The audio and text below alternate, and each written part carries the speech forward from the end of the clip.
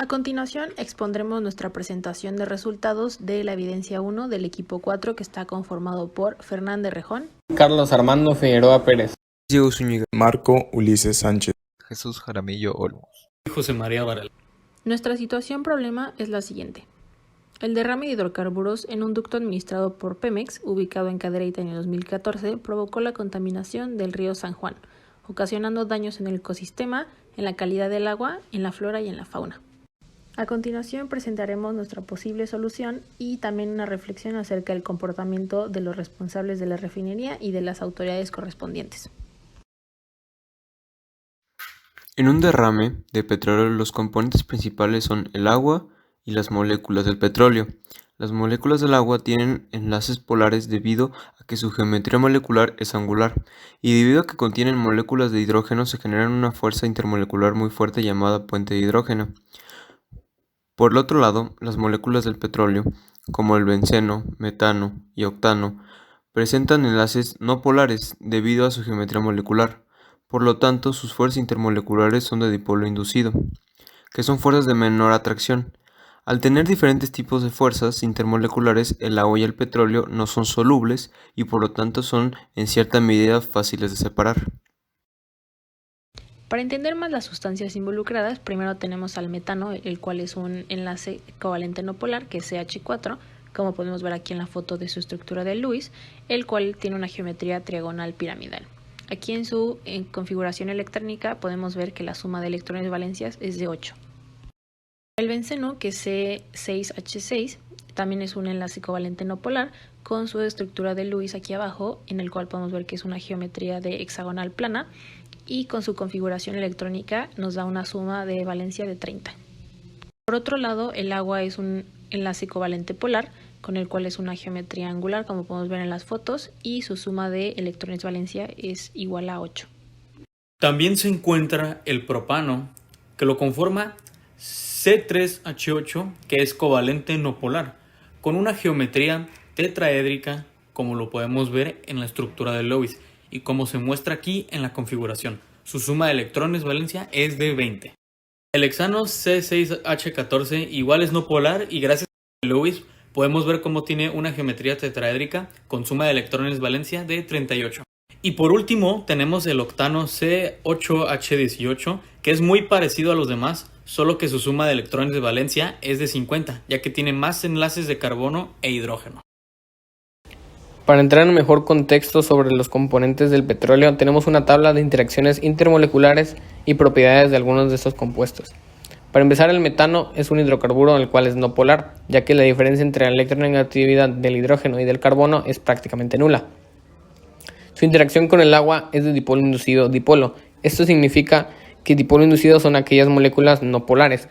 En cambio, las dipolo son aquellas que sí son polares. En este caso, el agua es una molécula polar. Su interacción con sustancias puras es de dipolo inducido, ya que es no polar y dipolo inducido nuevamente. En sus propiedades tenemos que a 25 grados centígrados nuestro metano va a ser gaseoso. No va a ser soluble en agua y va a tener una viscosidad de 0.02 centipoise. Va a tener un punto de ebullición de menos 161.5 grados centígrados, dándole la propiedad de volatilidad alta, o sea que puede ser fácil que este se evapore. Segundo tenemos el benceno, un hidrocarburo aromático no polar, nuevamente, ya que pues, es un hidrocarburo. Nuevamente por ello va a tener una interacción molecular con el agua de dipolo inducido dipolo y con sustancias puras de dipolo inducido dipolo inducido. En sus propiedades tenemos que a 25 grados centígrados va a ser líquido el metano, no va a ser soluble en el agua y va a tener una viscosidad de 0.6 centipoise. Su punto de ebullición se va a encontrar a los menos 80 grados centígrados y nuevamente va a tener una volatilidad alta. El octano, nuevamente al ser un hidrocarburo, no es una molécula polar y por ello va a ser dipolo inducido dipolo su interacción con el agua y de dipolo inducido con sustancias puras. A 25 grados centígrados también es líquido, no va a ser soluble en agua, va a tener una viscosidad de 0.6 centipoise y su punto de ebullición se va a encontrar en los menos 80 grados centígrados, dándole una volatilidad nuevamente alta. Y después, por último, tendremos el agua misma, para comparación, el cual es una molécula polar, ya que la diferencia en la electronegatividad del oxígeno y el hidrógeno es la suficiente como para catalogarla como una. Su interacción con el agua, ya que ambas son polares, va a ser de dipolo a dipolo. Pero ahora con sustancias puras va a cambiar, ya que al ser una molécula polar, pues tiene que ser de dipolo a dipolo inducido. A 25 grados centígrados el agua es líquida, cuenta con solubilidad nula, una viscosidad de 1 centipoise y un punto de ebullición de 100 grados centígrados, dándole una volatilidad baja, refiriéndose a que este sea difícil de evaporarse. El medio caldero en cuestión se usa primordialmente para el riesgo de cultivos y para que los animales beban. Nosotros recomendamos utilizar PMC, ProWest Marine Cleaner, creado por José Rodríguez Webster. Este producto utiliza fibras vegetales celulosa para absorber y solidificar cualquier tipo de aceite, hidrocarburo, petróleo de lagunas, ríos y mares. Contrario a surfactantes que pueden llegar a dejar residuos, las fibras no dejan desechos en el agua y pueden eliminar hasta el 99% del petróleo derramado. Y se afirma que se puede usar como combustible sólido, puede absorber todo. Estas fibras de celulosa vegetal pueden llevar a cabo esta absorción porque se aplica un oleogelador derivado de una base orgánica de manitol en las fibras de celulosa. Se usa la celulosa porque es porosa, vegetal y amigable al ambiente. El manitol es un edulcorante grupo de polioles obtenido al hidrogenar azúcar manosa, fórmula C6H14O6 y su masa molar es de 182.172 gramos sobre mol. El proceso consiste en retener el derrame con mallas, luego se vierten las fibras y cuando estas forman pastillas uniformes y sólidas se extraen con otra malla similar a la de pesca. Si el derrame fue muy grande, se puede utilizar un agua. Debido a su composición química, las fibras cambian el color de los hidrocarburos a un azul, por lo que hace más fácil su identificación. Esto permitiendo que el agua, que anteriormente estaba contaminada, pueda volver a ser bebible, teniendo las características de ser inolora, insabora y sin ninguna partículas o cualquier cosa. Mi reflexión personal sobre los derrames de petróleo es que estas situaciones se deben prevenir de manera más profesional por parte de los gobiernos y empresas que les pertenecen los hidrocarburos, ya que va a ser más conveniente en todos los sentidos ecológicos, éticos, económicos y de salud no realizar estos derrames. Por otro lado, creo que se debe tener preparado y estudiado cómo solucionar estos accidentes de la manera más rápida para que las consecuencias negativas que se generan, como la intoxicación a la fauna y flora que se rodea, así como a la afectación a las comunidades que se encuentran cerca en los posibles derrames, no sufran en mayor medida. El petróleo no se disuelve en agua porque el petróleo es una molécula no polar, mientras que el agua es una molécula polar y de acuerdo a la regla general de la solubilidad, lo semejante disuelve a lo semejante. Esto quiere decir que las sustancias polares se disuelven en disolventes polares y las no polares se disuelven en disolventes no polares. Por esto no hay una atracción por parte de dos compuestos y no se llegan a mezclar ni disolver entre ellos. El petróleo permanece en la superficie del río, pues porque el petróleo tiene una menor densidad y masa molar que el agua. Las moléculas del petróleo se mantienen arriba porque no logran disolverse con el agua. ¿Qué quiere decir todo esto? Que pues el petróleo no se va a mezclar con el agua, va a quedar ahí contaminando. Todo esto tiene un impacto obviamente malo, como ambiental, como socialmente, porque muchas personas dependen de este río.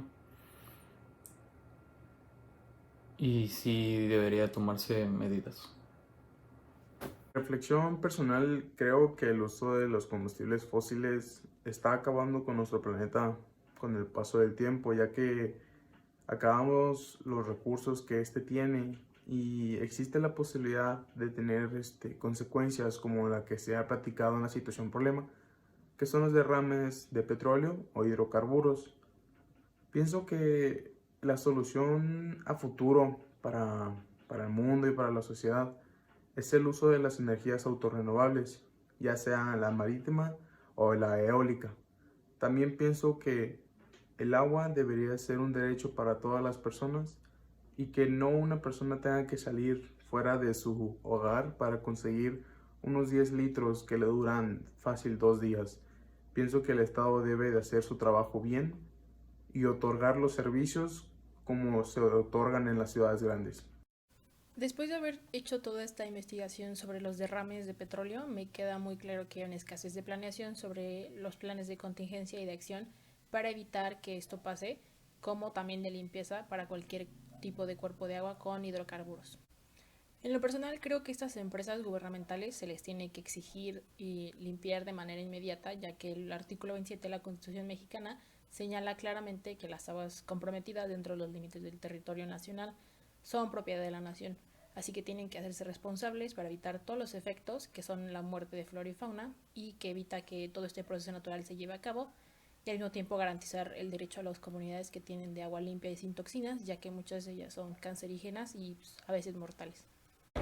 Esta es la reflexión para la actividad individual en la materia QMIL 28. Primer punto, ¿por qué el petróleo no se disuelve en agua? Bueno, esto tenemos que irnos a la polaridad de cada molécula. La molécula de H2O es una molécula altamente polar, gracias a la diferencia entre la electronegatividad del oxígeno y los dos hidrógenos. El segundo punto es la electronegatividad de las moléculas que componen el petróleo, que pueden ser varios tipos de hidrocarburos, como un hexano, un octano, un eteno, etc. Estas moléculas, al ser hidrocarburos, no cuentan con una polaridad, ya que la diferencia entre la electronegatividad del hidrógeno y del carbono es prácticamente nula. Eso hace que estas moléculas se conviertan en moléculas no polares. Por ello, no existe una atracción entre las moléculas de agua y estas moléculas de petróleo, por así decirlo. Segundo punto, ¿por qué el petróleo flota sobre el agua? Eso se debe a la diferencia de densidad entre los dos compuestos. El agua cuenta con una densidad de 1000 kilogramos sobre metro cúbico, que es bastante densa, mientras que, por ejemplo, un compuesto, un hidrocarburo, como el octano, cuenta con 703 kilogramos sobre metro cúbico, que también es bastante, pero es menos que el agua. Por ello hace que este flote encima del agua. Muchas gracias. Sí, pues una pequeña reflexión que quería hacer sobre este tema fue que a pesar de que tenemos una civilización que ya está adaptada a una explotación de los recursos fósiles, con eso estamos dañando muchas veces el ambiente y nosotros no nos damos cuenta.